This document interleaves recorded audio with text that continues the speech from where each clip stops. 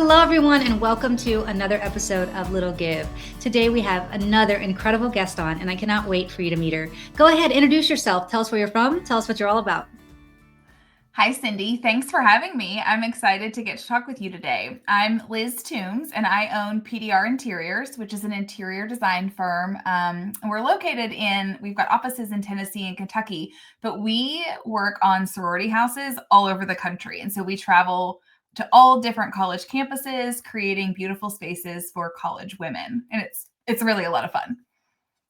Oh my goodness. Okay, so you got to tell me, how in the world did you get into this? This is something we've never had on the show before, and quite frankly, something I've never heard of. You're specific with colleges. Tell me how you got started with that.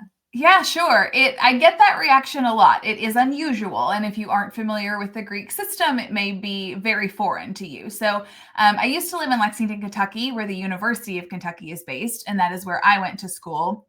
And I was asked by a fraternity to help them zhuzh up their existing house while they were going to build a new one, and they were in the fundraising stage. And so I worked with the students and a board of alumni. We created a great space, and I was like, well, that was kind of fun.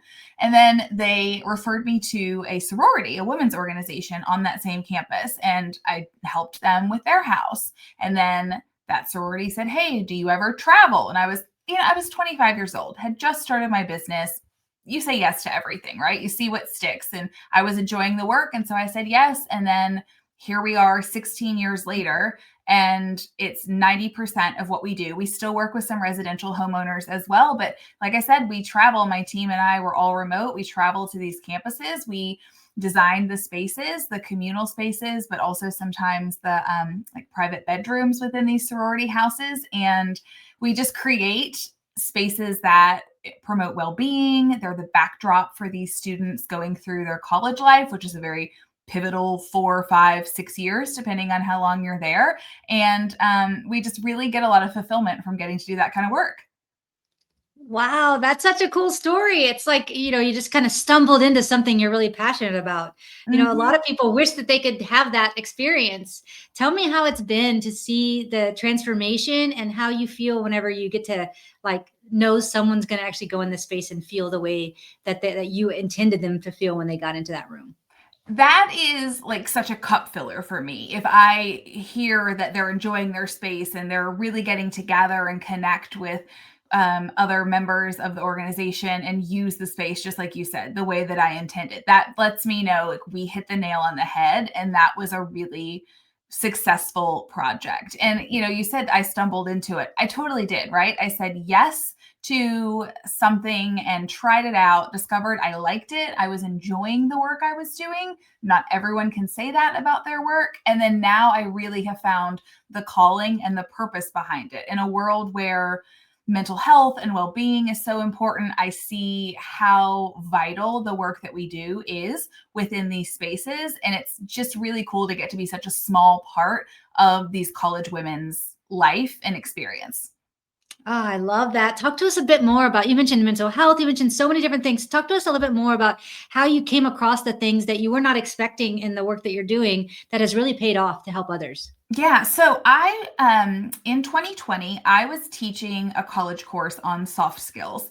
And as you know, in March of 2020, the pandemic hit, college students were sent home, everybody started doing classes online.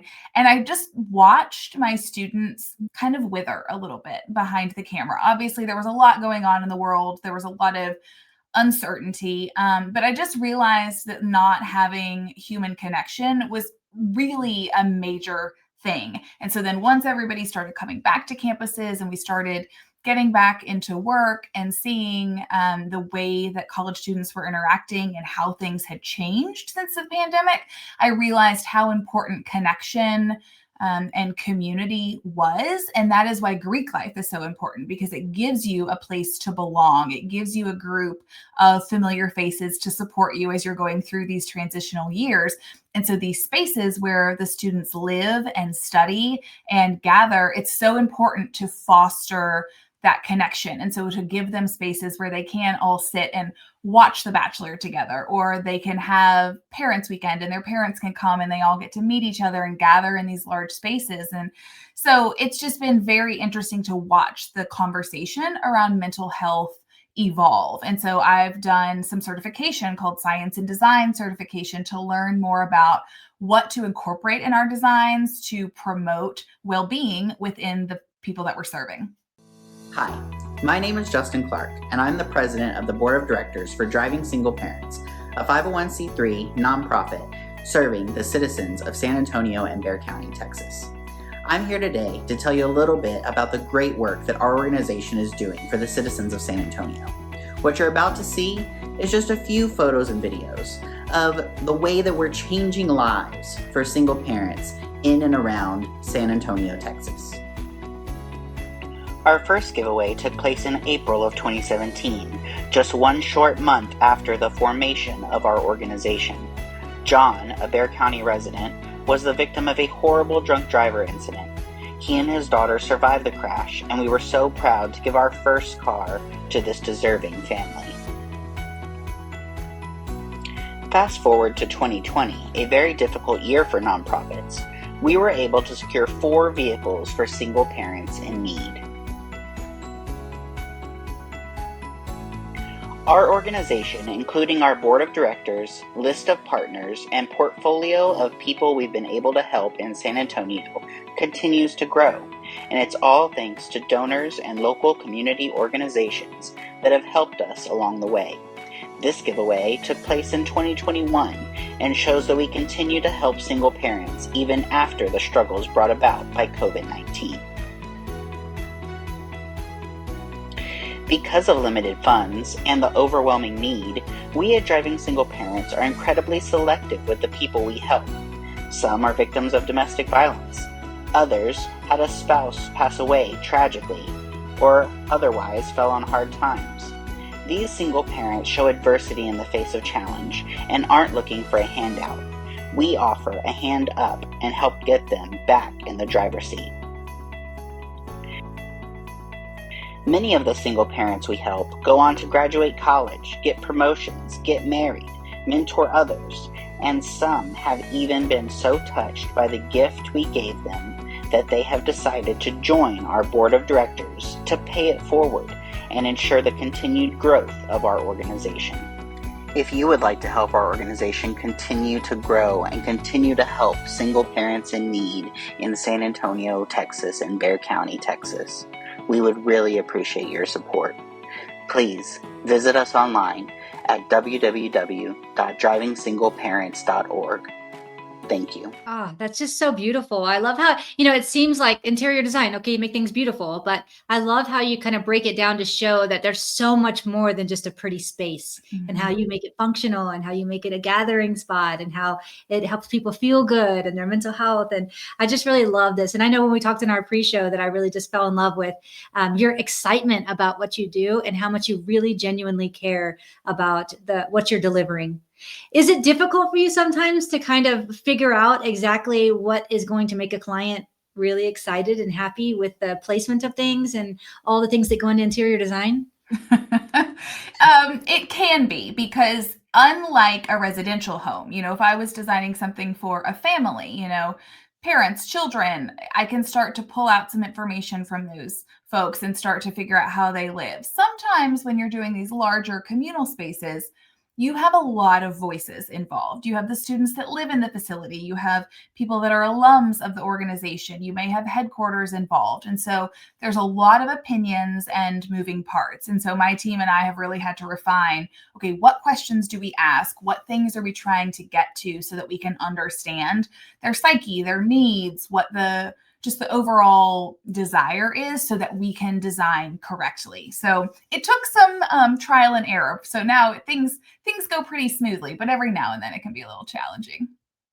Yeah, I can only imagine, because people, they have an idea in their mind and they can't just like bring it out and give it to you, and then you have to kind of pick out the pieces to figure out what's in there and what's part of their vision so that you can make it come to life. And I just can imagine how that would be a little bit difficult with all the different personalities and communication styles to really be able to do that. So that's got to be like superpower that you have, because looking at the spaces that you've designed is just so gorgeous.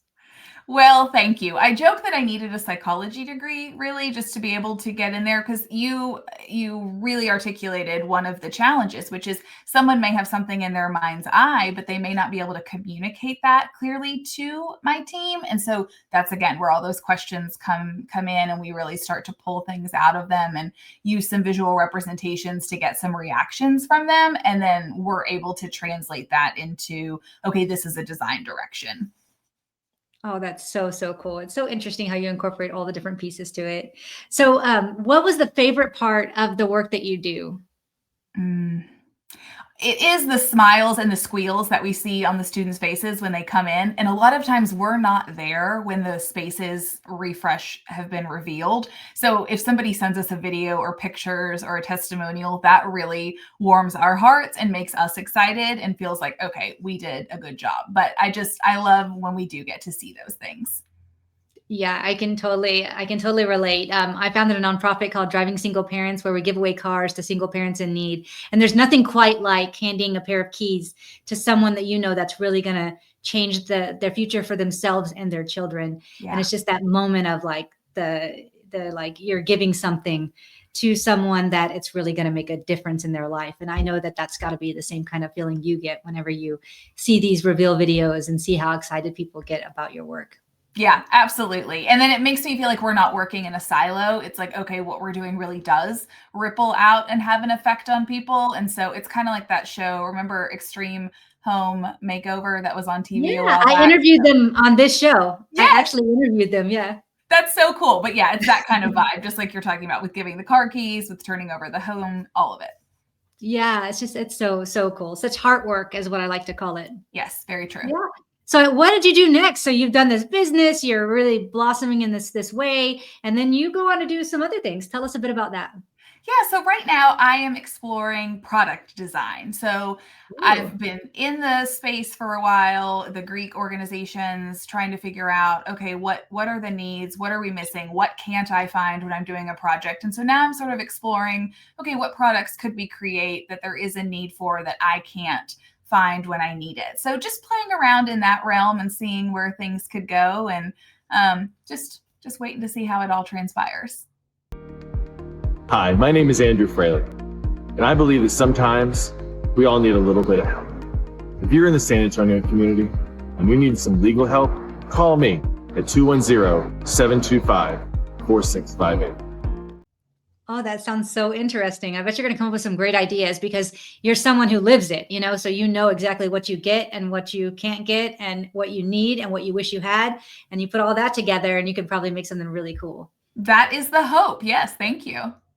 Of course. Of course. So then I also know that you're doing some other projects. You want to tell us a bit about that? Sure. So I host a weekly podcast called Sorority Chat. And it started because I wanted a way to connect with folks and promote some of the people that I knew within the Greek housing industry. And it's been so interesting how it has evolved, because now we're talking about housing, yes, but then we're also talking about things like leadership within Greek organizations and beyond. We're talking about how your Greek experience translates into things you can put on your resume for your career after college. We're talking about mental health, all these things that are kind of adjacent to the Greek experience. And it's been so fun to have guests come on and to get to know them better. And again, just to promote them, because we are all remote. We're all scattered all over the country. And so it's been really interesting to have the networking options on this national scale through the podcast.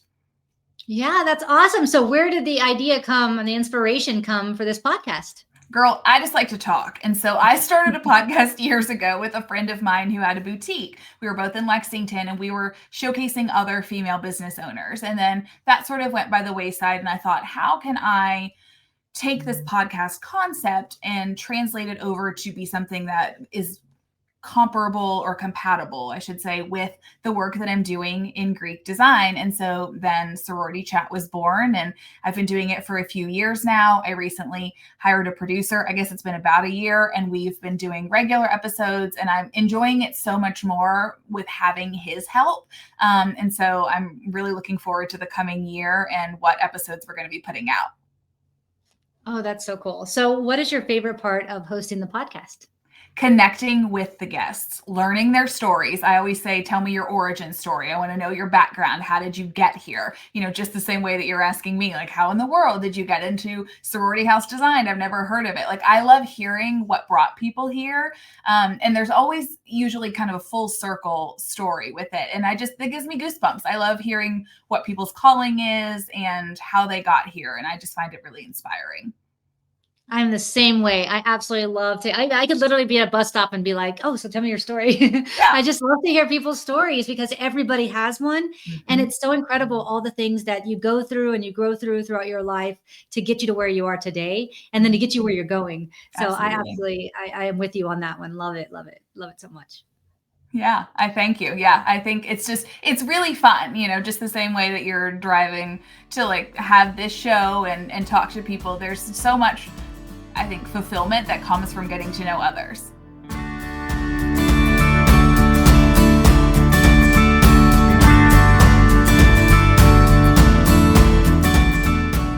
Can you give the audience an example of a little thing that they could do in their community that might just be a little give on their end, but might make a big impact on the other side?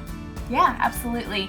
I think reaching out to someone, just checking in with someone, whether that's via a phone call or a text, whatever their preferred communication is, and just checking on them. How's your week? How are things going? Or if you remembered that they had a job interview or something going on with their family, and asking about that, because what happens is that makes the other person feel considered and seen and thought of, which brightens their day, which gives them a better outlook on life. And then they tend to be friendlier and happier and do better things as a result. And so it just creates that ripple effect of paying it forward in positivity. Yes, I love that example, and then like you said earlier, it's like we need connection. And so that connection is so important, and somebody feels more connected whenever they know that you're in their thoughts. And so I think that's a great example. Yeah. Can you give the audience an example of a time in your life where somebody did something little for you that might have just been a little give on their end, but really made an impact on you and in your life? Yes. So this one, it took some thought because there's been so many great things of just people mentoring me or giving me a chance. And the one that kept coming to mind for me was I had a very sweet client, Louise Cortellis, that hired me in the early days of me starting my business. And she had this knack for pulling talent out of young people. She had a business. She did it within her business. She hired me to do some design work on her house. We ended up working together for, I think, 10, 12 years in the end. And I learned so much from her just because she said, hey, I need help with this. I choose you. You can help me. It blossomed me so much as a designer and as a business owner. And there's just so many things, like I couldn't even get through them all in this conversation to tell you the things that I learned from her about how to be a woman in business, how to lead, how to be kind. And I got so much from her, and there is no way that I could ever repay that back to her or just put it out into the world. So that's what I try to do, is put it out into the world. But the impact was so big for me.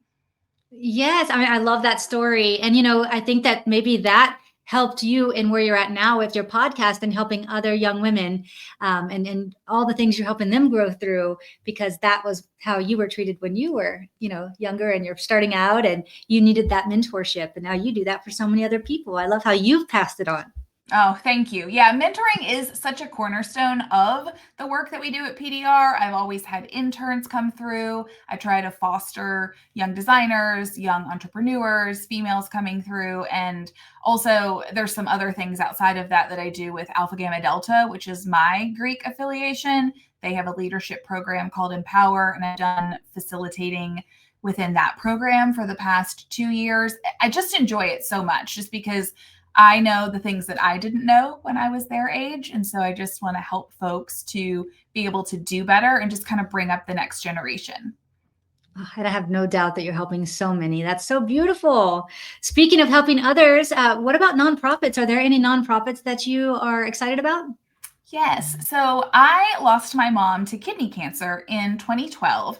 And afterwards, I ended up establishing a scholarship fund at the University of Kentucky for any student that had lost a parent to cancer. Trying to pay for college is hard enough, losing your parent is hard enough. And so those two things sort of converge here. And so this scholarship goes out every year. It is an endowment. And I just want to be able, again, to give the next generation a chance. And this is just a small way in which I can contribute to that opportunity to help a student get through college when they've dealt with this hardship. Oh, that's so necessary. And I'm so sorry to hear about your loss. I lost my mom to COVID when she was only 61. And so I know that feeling, and it's amazing that, you're doing that, or they're doing this extra step, to really help these people. And with college, it's so hard now, especially with the rising cost of everything. And then not just the rising cost of college, but the rising cost of living expenses in general. And I just know how difficult it is, especially for our young people these days, to try to get to where they need to go next to really blossom. So thank you for sharing that nonprofit. That's amazing. Well, thank you. Yes, absolutely. So why don't you tell the audience where they can find out more about you, get in touch and learn more about you and all you do, and of course, listen to your podcast. Yes, of course. So Sorority Chat is on all your podcast platforms. It's also available on YouTube. The business website is PDR-interiors.com. You can see our work. You can read all about us. You can connect with us if you have questions about what we do. And then I'd also love to connect with you on socials. So Instagram is PDR-interiors.com. Love it. Love it so much. We'll put all that in the show notes as well, so that anybody wants to get in contact, they can. Everybody who's watching today, please do go find out more, get in touch and see if there's a way you can collaborate.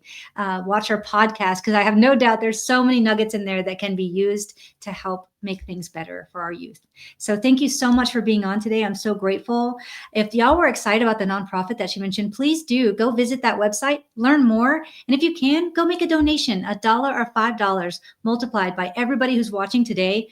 Really, truly, week after week makes a huge, huge difference to these nonprofits. So thank you all so much for watching. And thank you, Liz, for being on. And I can't wait to see you all next week. If you enjoyed this episode of Little Give, head on over to our website. At littlegive.com, you'll be able to find all the information about previous episodes and past guests that we've had on. If you or someone you know would like to be a guest on Little Give, all the information is also on the website. And if you have a nonprofit that you love and would like to recommend be on the show, all of that information is also on the website. We really appreciate you watching today, and we can't wait to see you again next week.